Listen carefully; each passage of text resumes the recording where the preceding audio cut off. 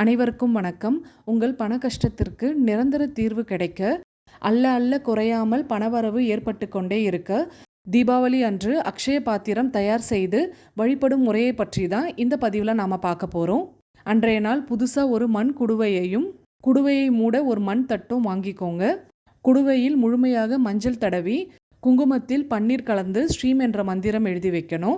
புது கல்லுப்பு பேக்கெட் ஒன்று வாங்கி குடுவையில் 1/4 பங்கு அளவுக்கு கல்லுப்பை நிரப்பிட்டு பச்சை அல்லது சிகப்பு பட்டு துணியால் உப்பை முழுவதுமாக மூடி அதன் மேல் சிறிய துண்டு பச்சை கற்பூரம், 3 ஏலக்காய், 9 முழுசாக இருக்கிற கிராம்பை உள்ளே போட்டுடணும்.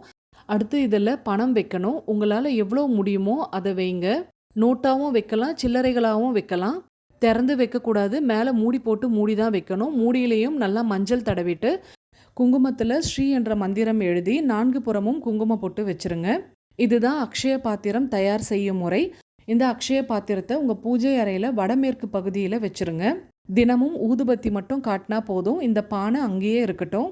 இதில் இருக்கக்கூடிய காசை செலவுக்கு எடுத்துக்கலாம். உள்ளே வைக்கக்கூடிய காசு மட்டும் வெள்ளிக்கிழமையில வைங்க. காசை செலவுக்கு எடுக்கும்பொழுது காலியாக வைக்கக்கூடாது. 1 ரூபாவாவது இதில் இருக்கிற மாதிரி பார்த்துக்கோங்க. வியாழக்கிழமை உப்பை கரைத்து கால்படாத இடத்துல ஊற்றிட்டு பாத்திரத்தை சுத்தம் செய்து வச்சுருங்க. வெள்ளிக்கிழமை புதுசாக இதே போல் செய்து வைக்கணும். இந்த அக்ஷய பாத்திரம் உங்கள் பூஜை அறையில் இருக்கிறதுனால உங்கள் பொருளாதாரத்தில் நல்ல முன்னேற்றம் தெரியும். செய்து பலன் பெறுங்கள். நல்லதே நடக்கும்.